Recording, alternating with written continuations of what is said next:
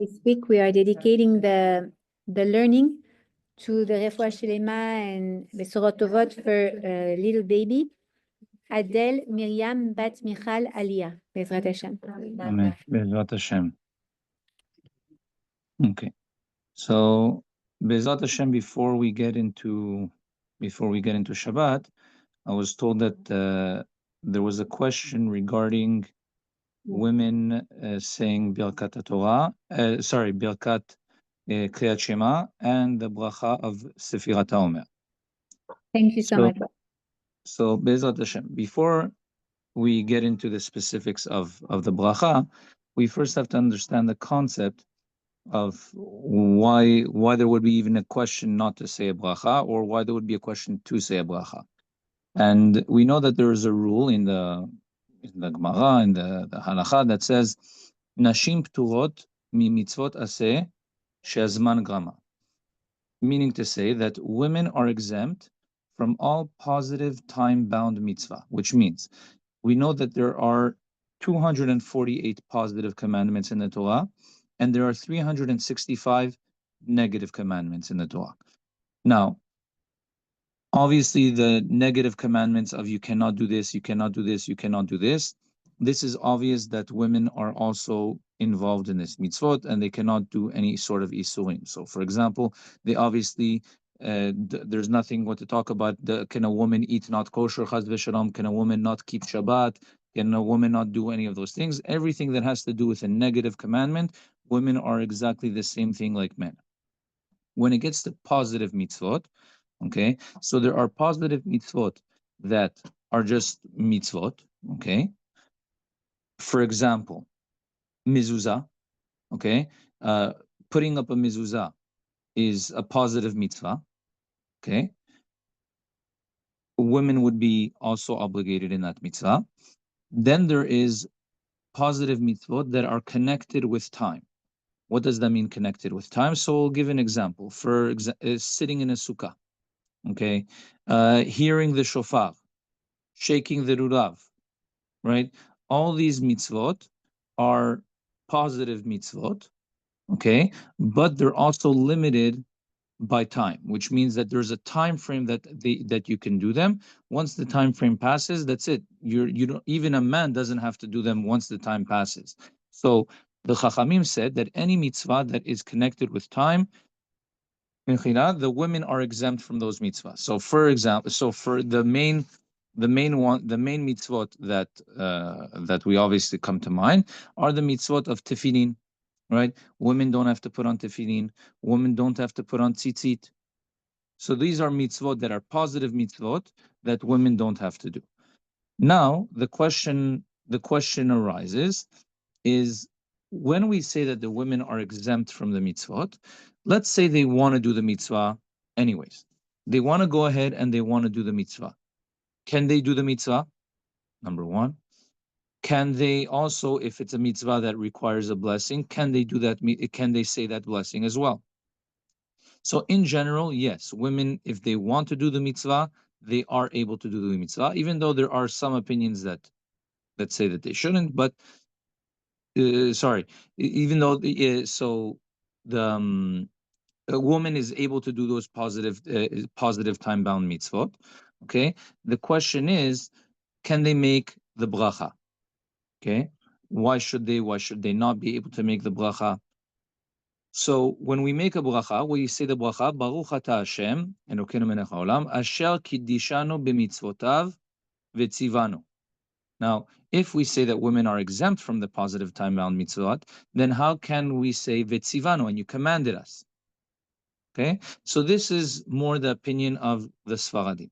The Sfaradim say, in general, and there are going to be exceptions like what we're going to see right now, is in general, if a woman wants to make a bracha on a positive time-bound mitzvah, you are not allowed to do it. Why not? Because since you're not obligated, you're not commanded to do that mitzvah, so therefore you should not be saying v'tzivanu, that he commanded us. You're exempt. Okay. The Ashkenazim, on the other hand, they say that no, when we make the bracha v'tzivanu, we're not saying that he commanded us specifically, meaning commanded us the women. Rather, we're saying that Vitzivanu, he commanded all of Bnei Israel. And women are obviously included in Bnei Israel. So that's what we're making the blessing on. We're making on the blessing on the fact that he commanded Bnei Israel and not specific to women. Okay, so this is going to be the machloket between the Ashkenazim and the Sfaradim in regards to making a bracha on a positive time-bound mitzvah. Now, when we get to the mitzvah of Kriyat Shema, okay, Kriyat Shema is a positive mitzvah, and it's also time-bound. It's regulated by time. We have a time to say Kriyat Shema in the morning. We have a time to say Kriyat Shema at night. Each one is a different mitzvah, which means that we're limited by time to say the Kriyat Shema, and that's going to be the mitzvah. So, can women bless on that or not? According to Rav Ovadia Yosef, and of course the Ashkenazim, like we said, the Ashkenazim, there's no problem with it.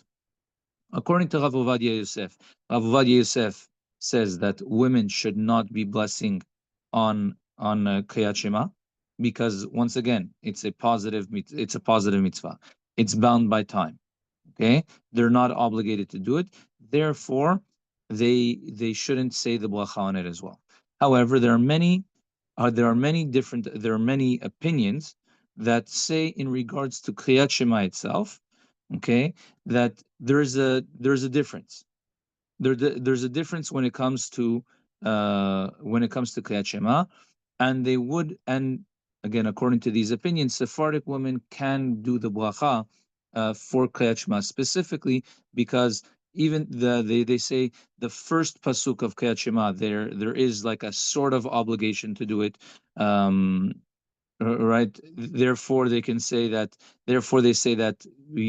since there's like somewhat of a connection of why they should do it, so then they're allowed to make a bracha specifically for Kriyat Shema, and that's it. Okay, they say it's also connected to Birkot HaShevach. They say that this is a blessing of more of praise rather than a bracha of a mitzvah. Right? When we're saying Yotzel HaMe'orot, we're saying thank you Hashem for creating the light. So this is also another reason why they say that even though you're Sephardic, you can bless. At the end of the day, if you go like Rav Ovadia Yosef, then you should not make the bracha on Kriyat Shema. Okay, there are other customs that allow it. I know personally, my rabbis they always told us that and of course I'm Sephardic as well. I'm Moroccan, and my rabbi used to always tell us, he's like, "What, women are not Jewish? They shouldn't pray. They should pray without saying Hashem's name. They should they should do that. No, they should say Hashem's name. They're also fully Jewish. They also deserve to be able to say the name of Hashem." Okay, so that's for Kriyat Shema. That's for if women should bless Kriyat Shema or not. Sfaradim that go like Rav Ovadia Yosef, they say no. They say it without the bracha. They say without Baruch Atah Hashem. They skip the word Hashem. Okay, Ashkenazim, there's no problem. They can always say the bracha. And for some Sfaradim, Moroccans, they allow women to say the bracha for Kriyat Shema specific. Having said all that, now we go to Sfirat HaOmer. Okay, Sfirat HaOmer is different. Okay, in the fact that there are some, and this is not the halakha, but there are some Ashkenaz opinions that even for Sfirat HaOmer, they say that women should not be making the blessing. The reason why they say that is because women don't generally pray with the tzibur. Women are most of the time at home. They're especially nighttime, right? They're going to be occupied with everything that being at home involves, right? So it's very probable and it's very likely that they're able to forget. Okay. So therefore, there are some Ashkenaz opinions. Again, we're not going to talk about Sfaradim for now because according to the Rav Ovadia Yosef, there's nothing what to talk about. But according to the Ashkenazim, there are some opinions that say that the woman shouldn't bless even if they're going to count. However, nowadays that we have calendars, we have all the apps that send the reminders. We have so many ways that even women can easily keep track of what day of the Omer it is. There are many poskim Ashkenazim. In fact, most of them say that if a woman is planning to count the entire Sefirah, she is able to count with a bracha. For Sfaradim, it gets a little bit more complicated than just the no, like what we said before, because according to the Zohar, according to the Kabbalah, a woman shouldn't be counting at all, which means even without a bracha, women shouldn't be counting according to the Zohar. So the women that go like their husbands follow the Kabbalah and follow the Zohar opinions, they shouldn't be saying it at all, and the other ones can be saying it, but at least without a bracha. Um, yeah, I think that's about it. I hope that answered the question, B'ezrat Hashem. Thank you so much, Rav. Perfectly. Thank you so, so much. Okay, B'ezrat Hashem. So now we're going to go to Hilchot Shabbat, B'ezrat Hashem. We talked about last class. Um, we had the minacha of gozez, of cutting. Okay, so we spoke about the different isurim involved, how a person has to be careful. You can't cut your nails, you can't pull out hair, you can't brush your hair with with a regular brush because we're afraid that you're going to pull out hair, etc. After after they would cut the wool from the sheep, okay, they would do what's called, the next minacha is called milaben. Milaben is bleaching, okay, and it's basically like its name, it's going to fit under the category, or it's going to fit under the category of cleaning the garments, okay. So the way they used to do it in the Mishkan was obviously that after they shear the sheep, they would have to clean the wool. The definition of miraben is removing anything from a fabric that ruins the original look. Okay, so that's going to be called miraben. Anything that is taken out from the fabric that ruins the original look. However, it's important to know, like we're going to see shortly, Be'ezrat Hashem, that this is only if it was absorbed in the fabric. Okay, if it's just on the fabric, even if it's a little bit in the fabric, then it wouldn't be a problem. So, for example, you have, let's say, feather. That's a feather that got stuck in the garment. You would be allowed to take that out, even though you're removing it from the fabric. The same thing, sometimes when you walk in the grass, there's those little, it's not like really thorns, but those little half circle, I don't know what it is, things that get stuck to your clothes. You would be allowed to remove those as well because they're not absorbed into the garment. The Isul of Miraben includes not only washing, like we're going to see, but it also includes, according to the Shulchan Aruch, if you have a new garment, a black garment, specifically black for this halacha, that there's dust on it, okay, and you take the garment and you shake off the dust, okay. So if you shake off the dust from the new garment, and you wouldn't normally wear it like that, there are opinions that say you should not be doing it on Shabbat, meaning you have a garment that was sitting in your closet for a long time, it's brand new, it's black, and you see there's dust on it. So what do? You want to shake it off to be able to start using it. If you would normally not wear it in that condition without shaking it off, then you shouldn't shake it off, but the Shulchan Aruch allows it. The same thing applies if you have dew on the garment. Okay, so there's a difference between dew and snow. We'll see. Snow, you can shake it off as long as it's only gently, because if you're going to shake it off too roughly, it helps the cleaning process. Okay, but if you're shaking off dew from a black garment, a new black garment that you wouldn't wear otherwise in its current condition, it would be considered like miraben. There are three main forms of miraben. The first one is soaking, scrubbing, and wringing out. Okay, wringing out means to basically squeeze out the water. So if a person were to do any of those three actions, it doesn't have to be all three of them, even one is enough. That's again soaking, scrubbing it, or wringing out. That's already fits under the category of miraben, and it's going to be asu on Shabbat.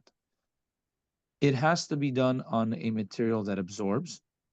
So, for example, cotton or wool or anything like that that absorbs. However, if it's plastic, rubber, right, leather also, those don't absorb water, so there would be no isu of miraben on them. Uh, I'm sorry, I was going to speak to you in Spanish. What about the wipes for the babies? Okay, so baby wipes, it depends on how you're using it technically, and sometimes it also depends on the wipes. Nowadays, from what I understand, most of the baby wipes that are made from synthetic material. They're not made from like cotton or something like that. Maybe the ones that are flushable are different, but in general, the other ones are made from synthetic material. So, which means that any water that's there is not really absorbed there. It's just sitting there. I'll give the example. Um, we have a regular sponge, a weekday sponge, and we have a Shabbat sponge, right? We have that special sponge that we can use for Shabbat. What's the difference between the two? A regular sponge has a sponge inside, and the sponge that we use for Shabbat, there's no sponge inside. It's just layers upon layers of that porous thing, and the material itself is not a material that absorbs. So it's kind of like I don't know what I don't know the specific word for it in English. I think it's called a loof or lifa, something like that we use in the shower, right? That's there's no sponge, there's nothing that absorbs in that. It just helps to make more froth for the soap. That's what we're using on a Shabbat sponge. So wipes technically they fit under the same category where there wouldn't be squeezing from it. And another reason why we allow it is mishum kavod abriot, right? You need to wash a baby. You need the baby needs it to be done. So yes, you can use it. However, you should not be using wipes on any material. Like you should not be using it to clean a small stain or anything like that. You cannot use it for that. And even if you were to use it on not a material, like on a countertop or something like that, they say that you should be careful. You should be careful not to use it on any of those things. Okay. Um, Now, so we were saying that it doesn't apply to plastic, rubber, leather, because it has to be absorbing. Now, like we just said, if a person gets a stain on any of their clothes, right? They should not be cleaning it on Shabbat. They should not be. There's even a thing like you take salt, you rub salt on it right when it comes, like right when it falls into the garment. It's gonna help. It's gonna help avoid the stain. Nothing of the sort should be done. Anything that has to be doing with taking out a stain on Shabbat should wait till after Shabbat. I'm sure you guys all heard this, the famous things. The stains of Shabbat come out. Most of the time they do. Most of the time they come out when you wait after it's Shabbat. You should not be cleaning them on Shabbat. Okay, you cannot be using the Tide pens either, right? You have a Tide pen, you have a Tide wipe, whatever those special stain remover things that you have. You should not be um, using any of that on Shabbat. A person is allowed to walk in the rain on Shabbat. Okay, even though their clothes will get wet, and that's technically you say that it's going to be laundering. The same thing as well. I was asked the question once: why would you be allowed to dry your hands on a towel on Shabbat? Well, you dry your hands, you're getting the towel wet, so that's like as if you're cleaning it. And the answer for both of them is because both the rainwater and the water that you're drying your hands with is not considered clean water. In fact, it makes it dirty. We know that when a towel gets too wet, it starts to smell, and we have to clean it, right? So when you're doing it, you're not you're not cleaning. On the contrary, you're making it dirty. Okay. Um. Sorry. Yeah. Um, with the washing of the clothing when it gets dirty or stained in Shabbat, if we there's a cleaning lady in the house, is she allowed to wash it or not? No. No. A goy is not allowed to do anything for you that you're not allowed to do. Okay. Okay. We Even if spoke about we this in. don't say anything, if we don't, even if we don't ask her or anything, like Yeah. Yeah. Okay. This is also like I believe we spoke about this last class as well. That technically, if a person did it on purpose, right? They knew that it was wrong and they went ahead and they cleaned it anyways. So technically speaking, this whatever they just cleaned, they should not be allowed to use it again. The only way to be able to do that is if they get it dirty again and then they clean it again after. Okay, because if a person does something wrong on Shabbat, then they're not allowed to benefit, and on purpose, that is, they're not allowed to benefit from it at all. Okay. So that's for Miraben. So the wipes for adults also, you could use them or no? There are many opinions that allow it, yes. Can you tell me, because I need to fight with my son. Sorry. Anyways, I need to know where it's coming from. So again, so they say the reason why they allowed is because of kavod abriot. Okay, it helps clean a person better. That's number one. And number two is also, again, they say that it's not really absorbed inside the wipes. The Okay. water that's there, the whatever is there is not really absorbed. Regardless of that, they always say that even if you're using wipes, you should never use it like with force. You should never use it strongly, because if you do that, then even in a small event, you might be considered squeezing. If you're just using it like that, then they allow it. Thank you. I didn't know I need Question. There's that issue. Okay. Okay. The next minacha is the minacha of minapetz. Okay, minapetz, there's not much to talk about it. It's minacha that doesn't come up so often for us nowadays because we don't really deal with these things. Minapetz is combing. Okay, so it's basically combing something that is supposed to be processed into a textile form. This is what we were speaking about in previous classes, where some opinions allow you to comb a wig on Shabbat, because they say that since it's already detached, okay, and a wig is never meant to be turned into a textile, it's never meant to be turned into like a fabric, so then there's no problem of minapetz. Minapetz is something that is already detached from the animal.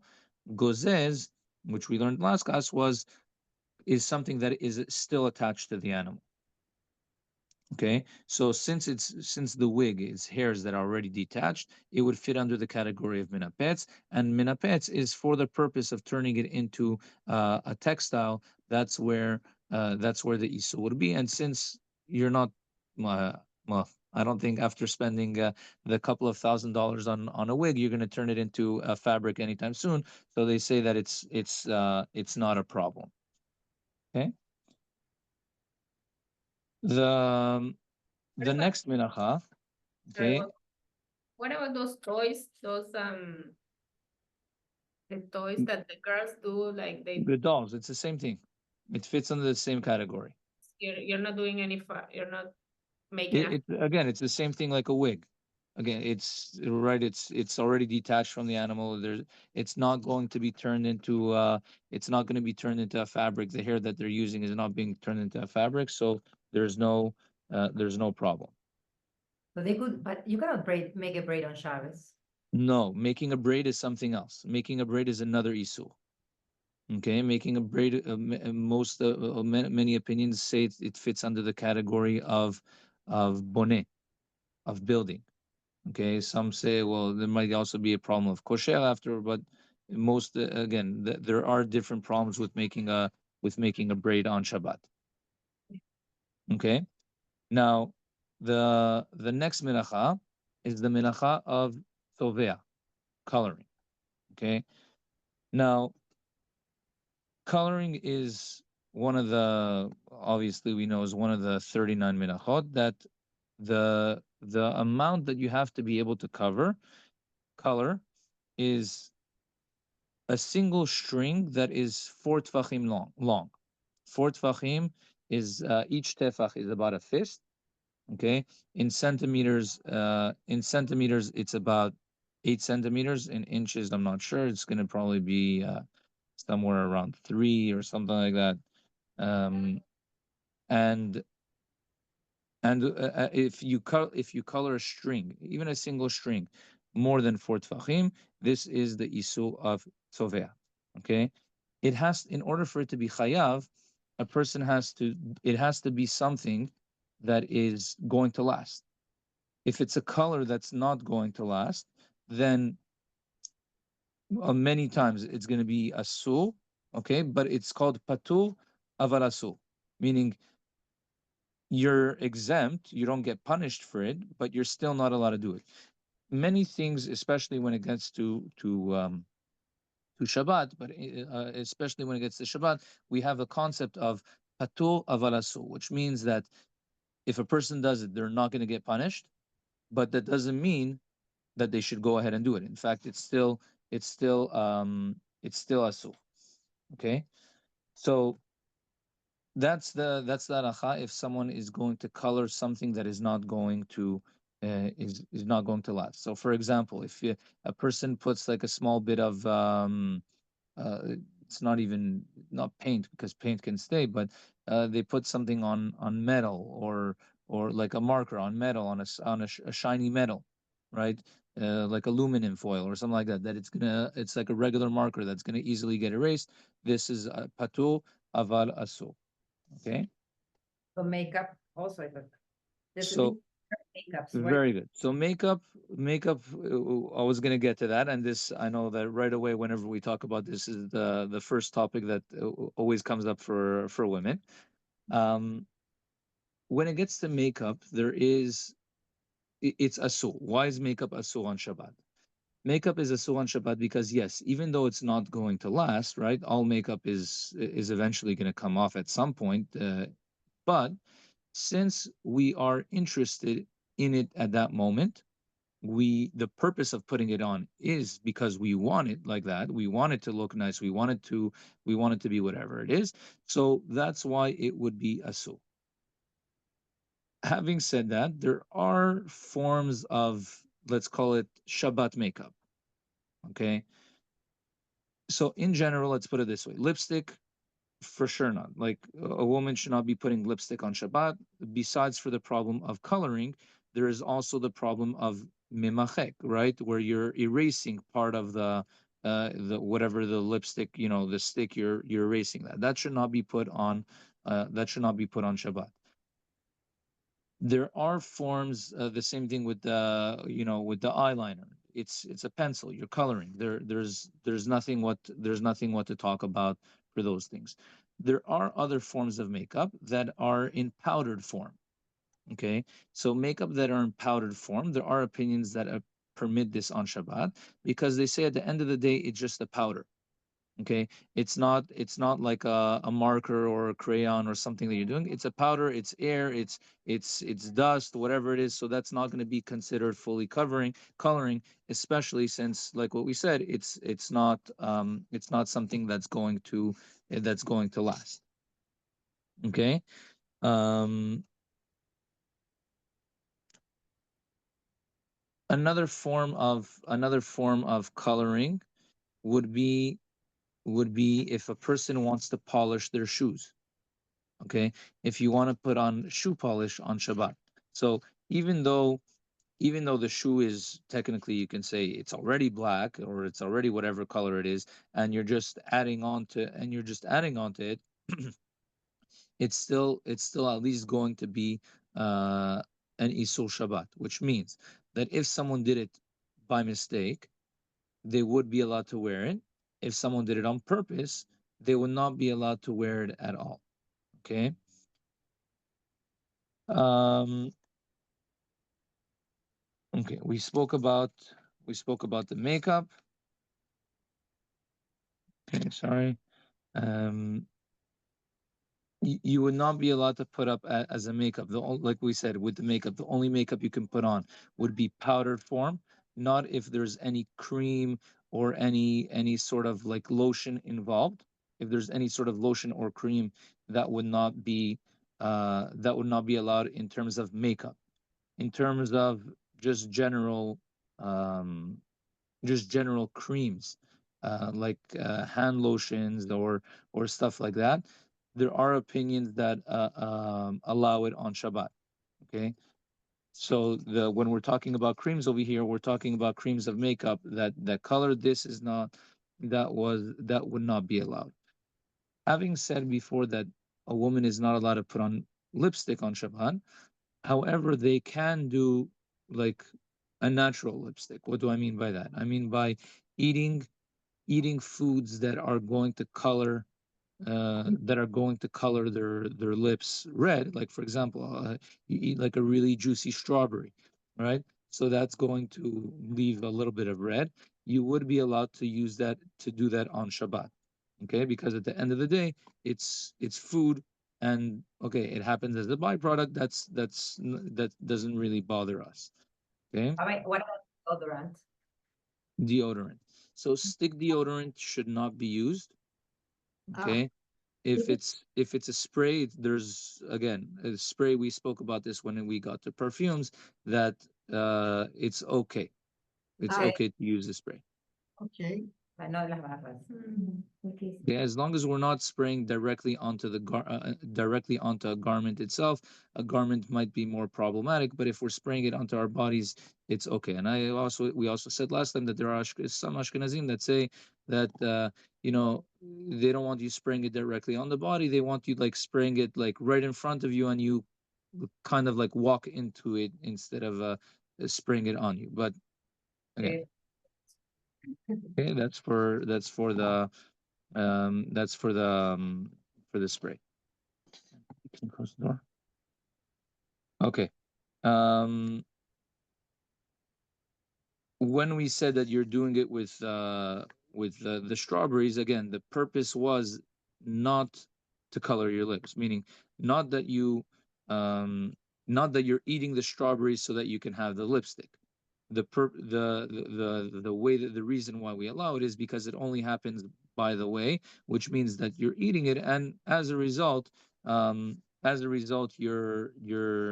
lips get colored. That would be allowed. Okay.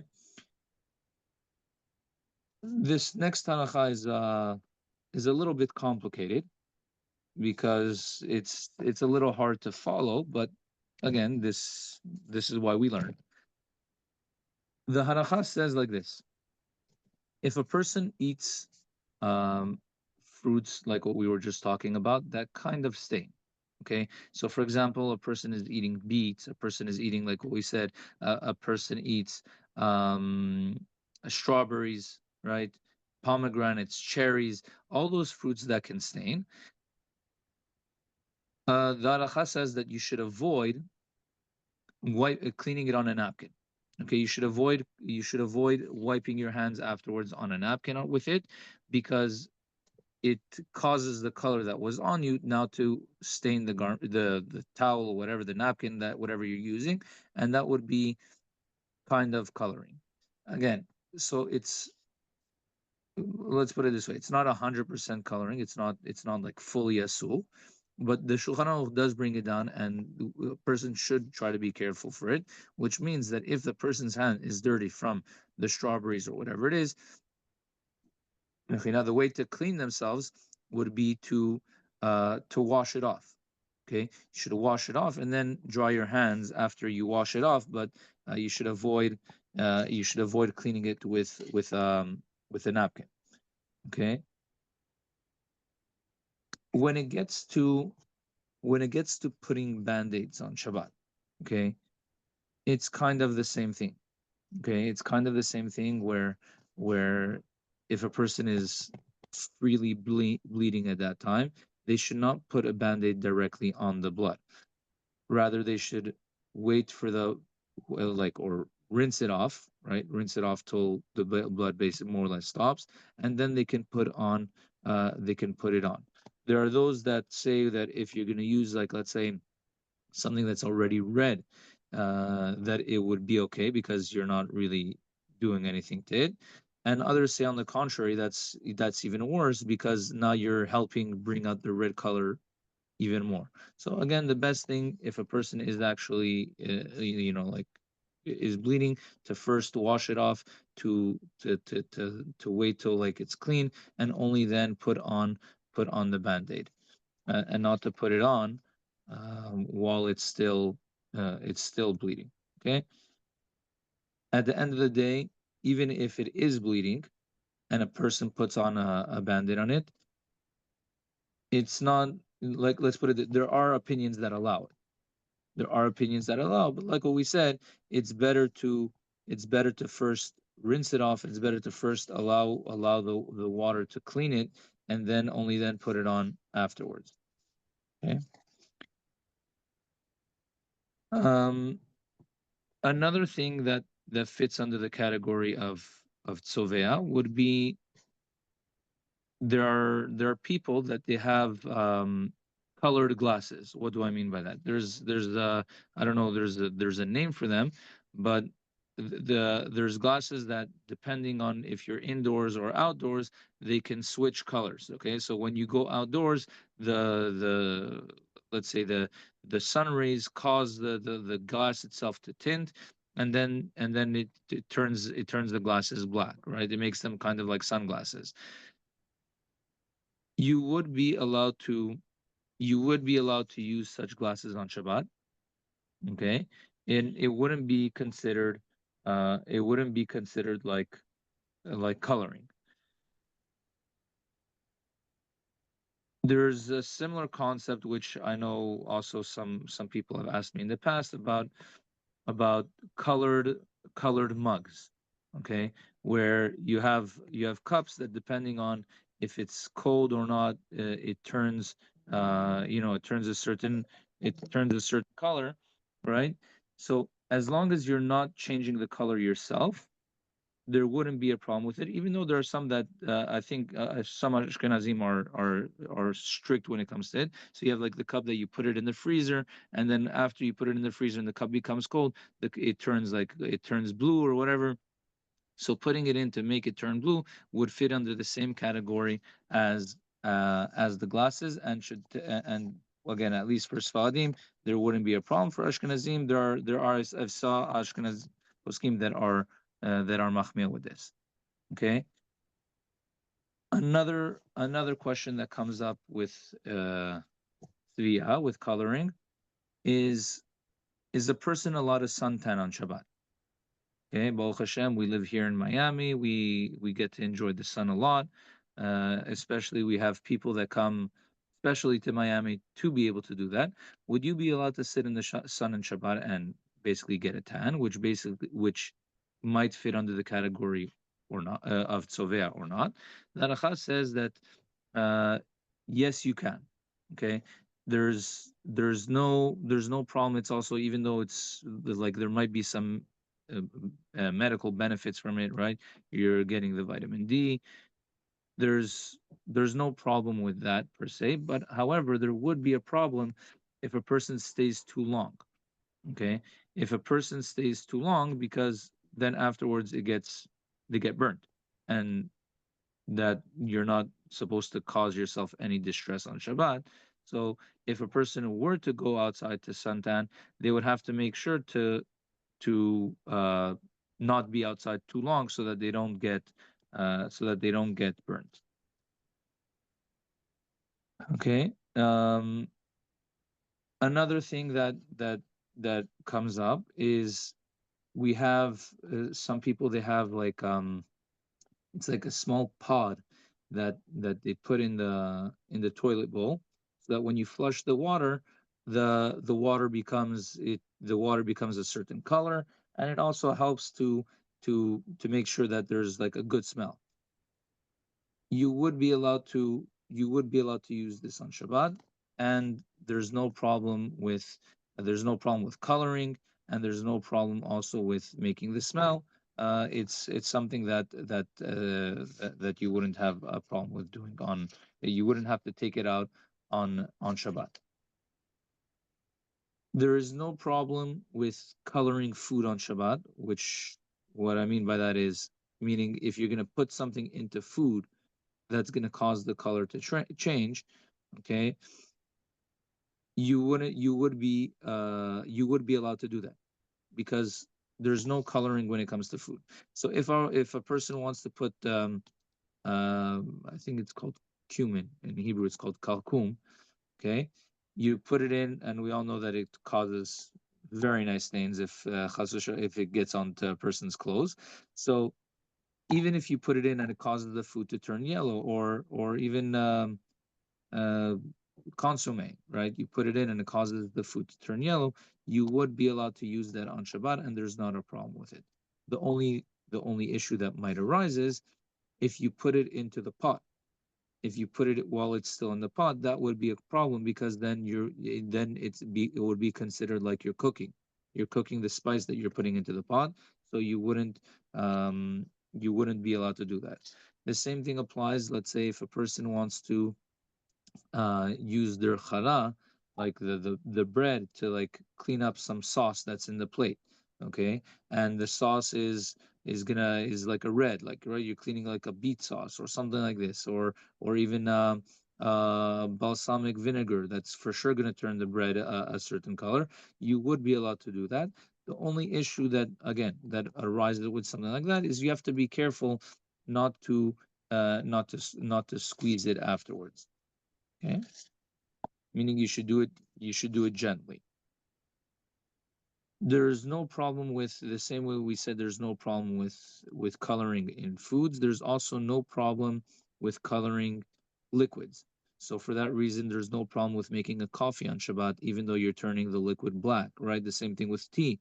If you want to mix red wine with white wine and you're making it a different color, there's no problem with that. Making Kool-Aid on Shabbat, there's no problem with making Kool-Aid in regards to coloring the water. So all those things, there's not going to be a problem with those things on Shabbat. Okay, well, I think we'll stop here and for Shabbat, and we can move on to Kashrut for a few minutes, if you guys want, or we stop here, whichever one. Excuse me, Rabbi, I wanted Yeah. to ask a question. As a Moroccan, when we do the salad in Saturday morning, we can squeeze the lemon or no? So you're allowed to squeeze the lemon directly onto the salad. Yes. Yes, Onto the salad. Yeah. Onto the salad, you're allowed to squeeze the lemon. You just have to be careful not to take out the pits afterwards. You have to leave the pits inside the salad.